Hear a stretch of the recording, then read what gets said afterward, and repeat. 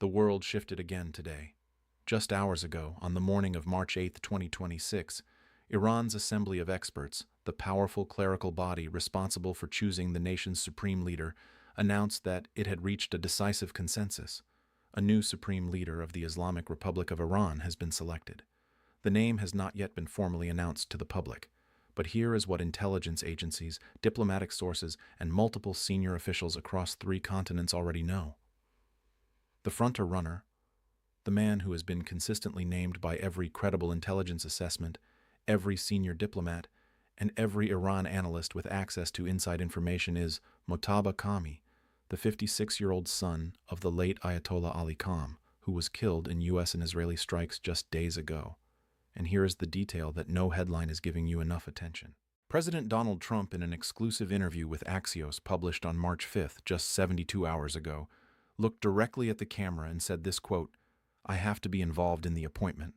The President of the United States just told the world that he must personally be involved in selecting the next supreme leader of Iran.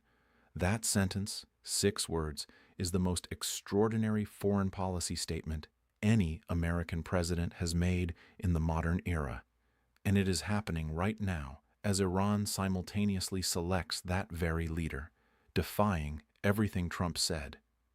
Before we go deeper into exactly who Mojtaba Khamenei is, why intelligence reports describe him as more radical and more violent than his father, what Trump's demand actually means legally and militarily, and what the Assembly of Experts announced in the last few hours, make sure you hit the like button and subscribe to the channel right now.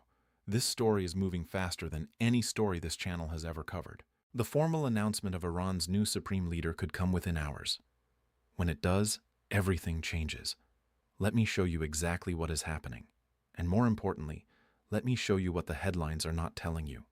Ayatollah Ali Khamenei served as Iran's supreme leader for 34 years.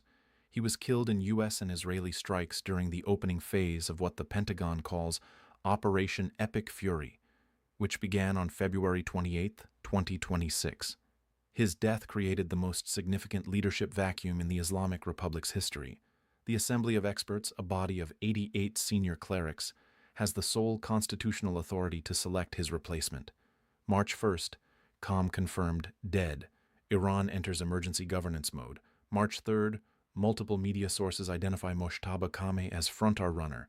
Assembly members begin gathering.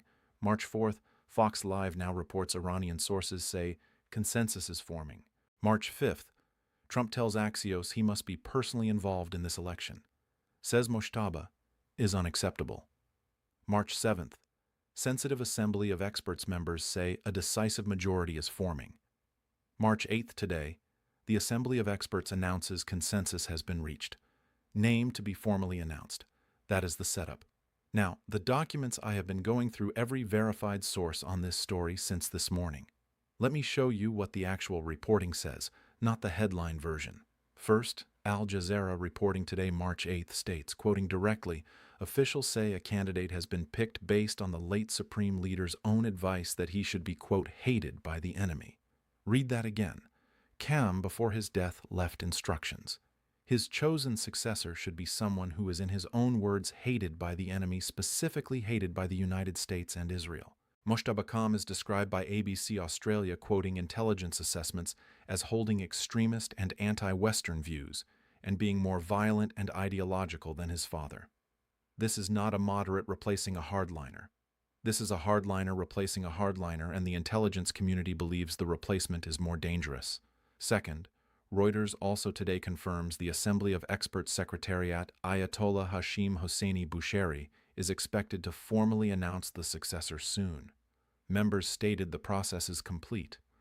Third, the New York Post reports, quoting an assembly member directly, that the group has reached consensus and that the decision was made using what they call a remote voting procedure, meaning even assembly members who cannot physically reach Tehran due to the ongoing strikes participated digitally. Put those 3 together. A decision has been made. The candidate was chosen specifically because he is hated by the U.S. And the process happened even under active bombardment. Iran did not pause. Iran did not negotiate. Iran chose its next leader while bombs were still falling on Tehran.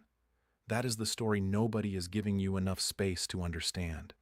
But here is what got me.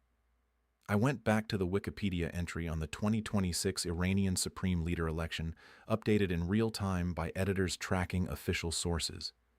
It states this, and I want you to read carefully. By March 3, 2026, several media sources stated that Mojtaba Khamenei was the front-runner with a formal announcement expected imminently. Notably, while Khamenei Sr. may have advised picking a candidate not endorsed by the U.S., he was reportedly deeply opposed to the appointment of his own son. Read that sentence again. Khamenei Sr. reportedly opposed his own son becoming supreme leader. And yet, according to multiple intelligence assessments, his son is about to be named exactly that. Why does that matter? Because it tells you that the faction inside Iran that wants maximum confrontation, not de-escalation, is the faction that just won the internal power struggle. This is the detail that changes the entire picture. Now, what nobody is covering. While global media focused on the announcement itself, something else happened simultaneously this morning. Iran's official news agency, in the same broadcast window where the consensus announcement was made, released a statement from an unnamed senior assembly member confirming the following. The new supreme leader, whoever is announced, has already been briefed on Iran's current military posture. He has already received a full intelligence briefing on Operation Epic Fury's progress and weaknesses, and he has already signaled to the assembly that Iran will, quote, continue resistance at every level. This is not a caretaker leader waiting for peace talks. This is a wartime supreme leader who accepted the position knowing exactly what he was inheriting, and Trump wants to veto his appointment. Fallout has already started. Within hours of the consensus announcement becoming public this morning, the White House issued a statement saying, "The United States does not recognize the legitimacy of any leadership process inside Iran that is not freely chosen by the Iranian people." Israel's Prime Minister Netanyahu released a statement within 90 minutes saying, quote, "Iran's new leadership will be judged by its actions, not its titles." The UN Secretary General called for an immediate ceasefire to allow Iran's political transition to proceed without military pressure.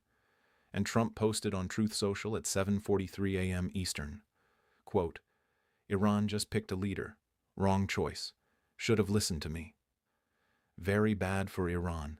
That post was live before the official name was announced. Read that carefully. Trump posted a reaction to Iran's new leader before the name was made public, which means either the White House has intelligence about who is selected, or Trump is reacting to the identity of the front-runner that has been publicly reported. Either way, the reaction was immediate, personal, and hostile. Okay. But I have to be fair here. The other side has a point. Several points, actually. First, Trump's demand to be involved in selecting Iran's leader, while extraordinary, may be rooted in realpolitik rather than arrogance. The argument from his supporters is this: the United States is currently conducting active military operations inside Iran. The outcome of that war depends in part on who leads Iran next. If Iran selects a maximalist hardliner who refuses all negotiation, the war continues indefinitely. If the new leader signals any openness to a deal, there is an off-ramp. Trump's insistence on involvement is in this reading not imperial overreach, but strategic engagement. Senator Tom Cotton, appearing on Fox News Sunday morning, put it this way, quote, "The president is right to insist on a leadership outcome that doesn't simply restart the same confrontation in 2 years. We're not going to spend American lives and money to put a copy of Khamenei back in power." That argument is not nothing.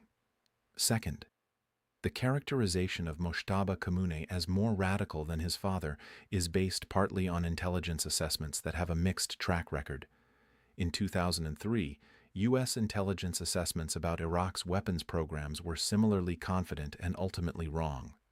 Critics of the current framing argue that Mojtaba, having lived through the destruction of the war, may actually be more pragmatic than publicly assessed. Third, Iran's right to select its own leadership without external interference is recognized under international law and the UN Charter. Trump's demand, whatever its strategic logic, has been condemned by China, Russia, Turkey, and several European allies as, quote, "a violation of national sovereignty." Even Jonathan Turley, who is not a partisan figure, noted on Fox News this morning, A U.S. president demanding involvement in selecting a foreign nation's head of state is legally unprecedented and potentially complicates any future diplomatic settlement. Weight of them, when legal analysts across the political spectrum raise the same concern, that matters. Look, I'm not here to tell you who is right. If you read this as Trump exercising maximum leverage during a military campaign to shape the post-war order, the evidence supports that reading. If you read this as an extraordinary overreach that will harden Iranian resistance, unite Russia and China behind TAN, and make the war longer and more expensive, the evidence supports that reading too. Both can be true simultaneously. That is what makes this moment so genuinely dangerous. This didn't come out of nowhere. Backstory. For 34 years, Ayatollah Ali Khamenei was the constant in Iranian politics. Presidents changed. Wars started and ended. Nuclear negotiations collapsed and restarted. Khamenei remained. His death created not just a leadership vacuum. It created a power competition between three factions inside Iran. Faction 1, the pragmatists, led by figures connected to former President Rouhani, who believe Iran's survival requires a negotiated settlement with the West. Faction 2, the revolutionary hardliners connected to the IRGC and Mojtaba Khamenei, who believe concession is defeat and that Iran must fight until America retreats. Faction 3, a small but influential middle group that believes Iran should pursue nuclear deterrence as the only credible protection against regime change. But the selection of Mojtaba Khamenei, if confirmed, means Faction 2 won, and Faction 2's platform is simple. No surrender, no negotiation under fire, and eventually, nuclear deterrence as the ultimate guarantee. That last point is the one that keeps U.S. intelligence analysts awake at night. Wednesday, 6:17 a.m. Eastern. Here is exactly what happened today. Iran's state media interrupted regular programming. An Assembly of Experts member, Ayatollah Mohammad Mehdi Mirbari, appeared on screen and stated, quote, "The group that will choose Iran's next supreme leader has more or less reached a decisive majority consensus." The word decisive was added by Mirbag Harry. It was not in earlier statements. That word is diplomatic language for the decision is made. The announcement is coming. Simultaneously, two separate intelligence officials cited by Reuters in Brussels and Washington confirmed the same information through different channels.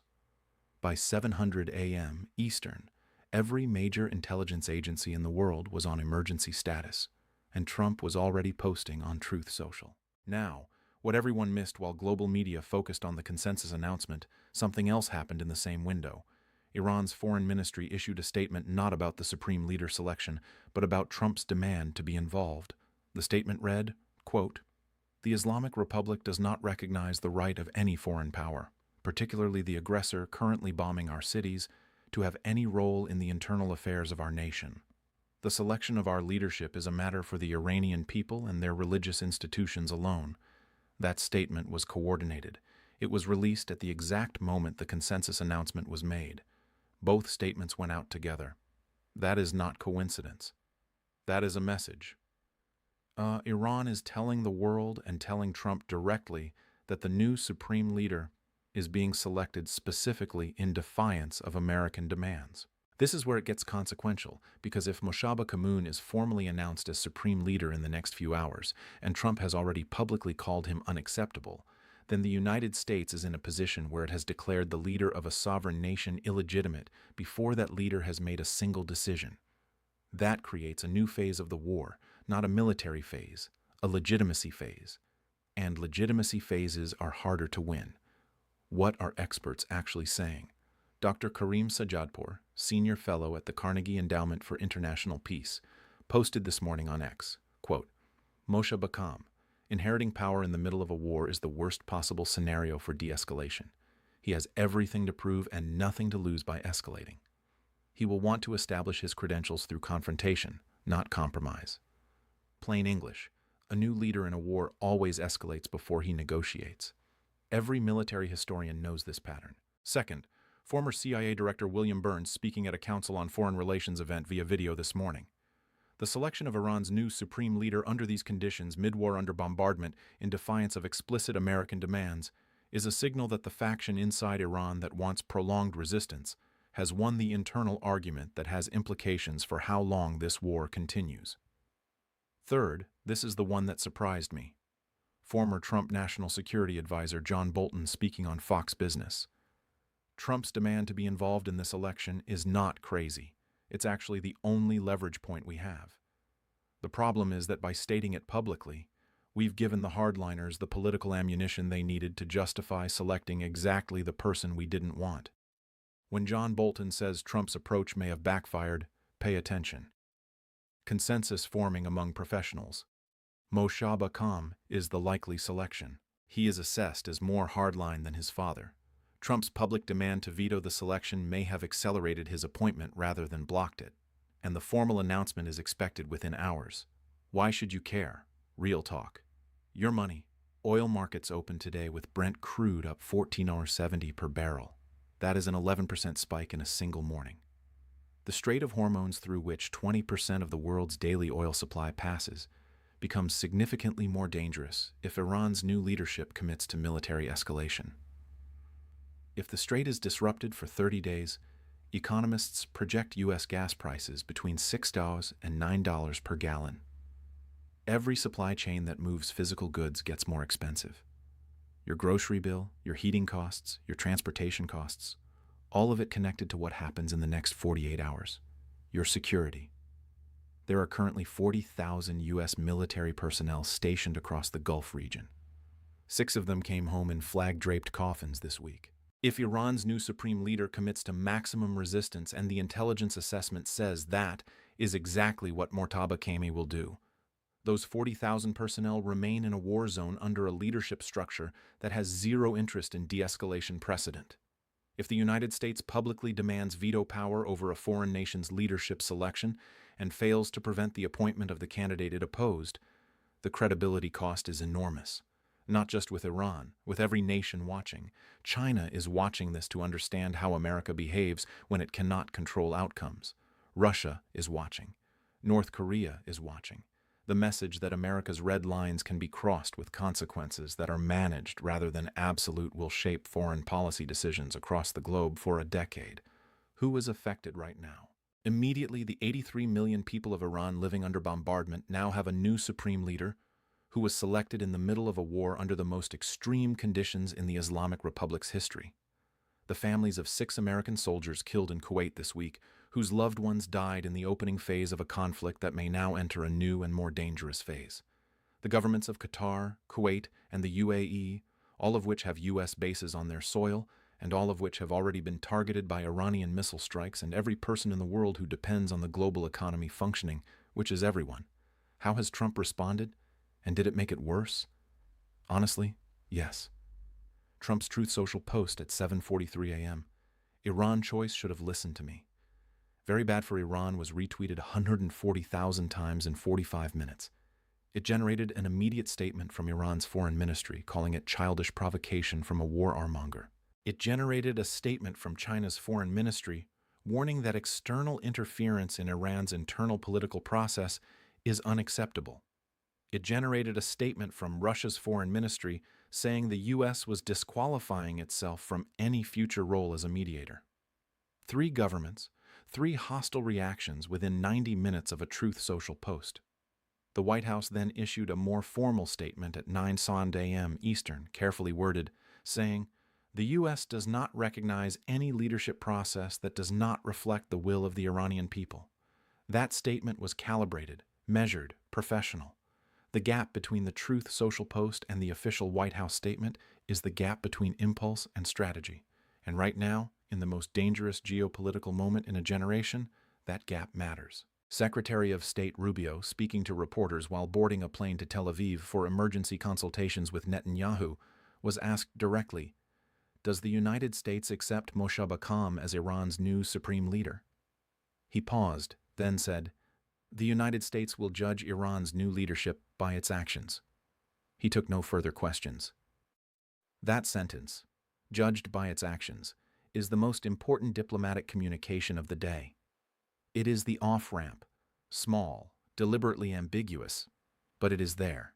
If Mojtaba once formally announced signals any openness to negotiation, any at all, That sentence gives the U.S. administration the ability to engage without appearing to reverse itself. If he doesn't, the war continues. What is still unclear: 1. The formal announcement has not yet been made public. The name is expected within hours. Every intelligence agency in the world is waiting. 2. Will Trump's public opposition to Mojtaba actually accelerate his appointment? As John Bolton suggested, the internal Iranian political dynamic suggests, yes, being opposed by America is inside the current Iranian power structure a credential. 3. What back-channel communication has happened between Washington and Trans since the consensus announcement? Public statements and private negotiations are always different. The actual red lines being discussed are not what is being said on camera. 4. What does Israel do next? Netanyahu's statement, judged by its actions, mirrors Rubio's language. That coordination suggests the U.S. and Israel have agreed to a pause in the public confrontation while watching the leadership announcement. But Israel has a documented history of acting independently when it believes deterrence requires preemption. Coming dates to watch today, March 8th, the formal announcement of Iran's new supreme leader is expected within hours. I will cover it the moment it happens. Tomorrow, March 9th, the new supreme leader's first public statement will define the immediate trajectory. Every intelligence analyst in the world will be parsing every word for signals about military posture, nuclear program, and negotiation willingness. Tuesday, March 10th, Secretary Rubio arrives in Tel Aviv. His meeting with Netanyahu will determine whether the U.S.-Israel alliance presents a unified response to the new Iranian leadership, or whether cracks begin to appear. Wednesday, March 11th, the UN Security Council emergency session on Iran convenes. China and Russia will speak. What they say about the new Iranian leadership will define whether the international coalition the U.S. has tried to build holds together. Friday, March 13th, the CTBTO is expected to release its full seismic analysis of the anomalous underground event recorded 8 months ago, the event that may or may not have been Iran's nuclear test. If that report confirms a nuclear detonation, the new supreme leader inherits not just a war, but a nuclear state. Every calculation in the region changes permanently and immediately. Subscribe now. Turn on notifications. This is the most consequential story on the planet right now, and it is moving faster than any newsroom can keep up with. When the formal announcement drops, and it is coming today, I will break it down the moment it happens. Where we are right now, Iran's Assembly of Experts has announced consensus. The name is expected within hours. The front runner is Mojtaba Khamenei, assessed by intelligence agencies as more radical, more violent, and more ideologically hardline than his father. Trump publicly demanded involvement in the selection process and called Mojtaba unacceptable. Iran's foreign ministry rejected that demand in the same hour the consensus was announced. Russia and China have sided with Iran's right to self-determination. 6 American soldiers are dead. The war is in its 9th day. Operation Epic Fury has destroyed Iran's navy and cut missile attacks by 90%, but has not broken Iran's will. And Iran is about to have a new supreme leader. The last time Iran had a new supreme leader in 1989 when Khamenei succeeded Khamenei, it took years to understand what that transition meant. This time the world will find out in days because a war is already in progress, and whoever is announced in the next few hours will immediately inherit the most consequential decision in the Islamic Republic's history, whether to fight, negotiate, or reach for the nuclear option as the final deterrent. Stay with this channel. Subscribe, notifications on, because the announcement is coming, and when it does, everything changes. Is